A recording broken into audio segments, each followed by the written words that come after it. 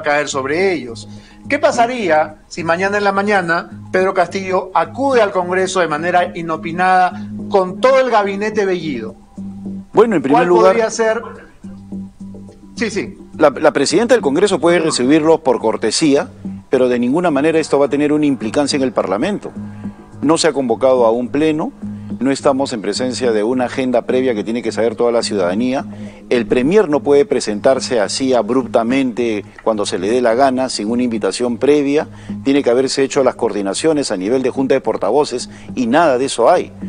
Si la presidenta mañana los saluda cortésmente y los invita a que se retire o simplemente no tiene ningún sentido la reunión y es eminentemente protocolar, pues no debería pasar nada más. Ellos no tienen ningún tipo de derecho a presentarse en el Parlamento sin que existan las coordinaciones previas, ¿no? Pero no olvidemos, Juan, que tenemos el antecedente nefasto del golpe de Estado de Martín Vizcarra, que ahora sí lo podemos llamar golpe de Estado porque ya quedó demostrado que eso es lo que fue.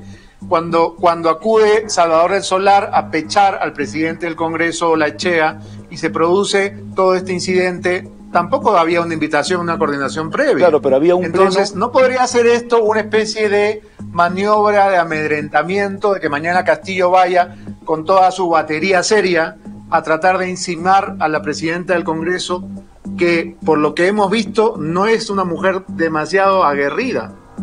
En ese momento había un pleno en el cual se estaba eligiendo a los miembros del Tribunal Constitucional y de eso aprovechó Salvador del Solar para irrumpir en el Parlamento. Pero también es necesario señalar que hubo una seguidilla de errores de personas sin experiencia en la conducción de la mesa parlamentaria que llevaron a este golpe de Estado. Yo creo que la mesa directiva, de existir esa situación mañana, pues no tiene que caer obviamente en la recepción y en la convocatoria a un pleno ni cosa por el estilo, sino simplemente decirles a los señores que no han sido invitados y que se marchen.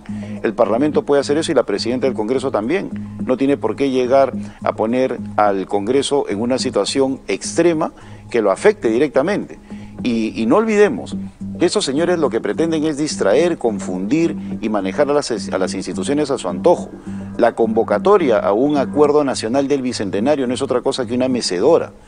Por otro lado, tener de por medio ahora esta convocatoria al Consejo de Estado para tratar de manejar el tema del gabinete también me parece una cuestión completamente ajena a los canales institucionales que dice nuestra Constitución. Se está diluyendo el equilibrio de poderes de una manera espantosa en el Perú. Y nosotros estamos asistiendo. No olvidemos, Juan, que Guido Bellido, el primer ministro, también es congresista. No olvidemos que tenemos no uno, sino dos antecedentes de este tipo de intromisión en el poder legislativo. Martín Vizcarra se metía al Congreso como Pedro en su casa cada vez que quería llevarle proyectos a su hoy íntimo Daniel Salaverry. Fue por lo menos 3 veces al Congreso. Y no olvidemos que Sagasti, cuando cuadra al congresista Luis Valdés diciéndole que le va a sacar a la calle, a la gente, ¿no? Si se atreven a nombrar a los miembros del Tribunal Constitucional, pues tenemos ahí ejemplos de presidentes o presidentes congresistas, ¿no? Como en el caso de Sagasti, que claramente interfieren, claramente se ponen por encima del Congreso y de su majestad. Por esos antecedentes es que se tiene que actuar con firmeza tratando de guardar el equilibrio constitucional y la división de poderes, que lamentablemente no se está dando en estos momentos. Hay un deseo, una intención de parte del Congreso de ser corteses, de tratar de poner alfombra roja la relación con un ejecutivo agresivo, con un ejecutivo que tiene otro tipo de plan, con un ejecutivo que no quiere gobernar, sino piensa en disolver el Parlamento y se está cayendo ingenuamente. Eso sucede cuando no se manifiesta el poder, en este caso del Congreso de la República, en términos de control y orden político.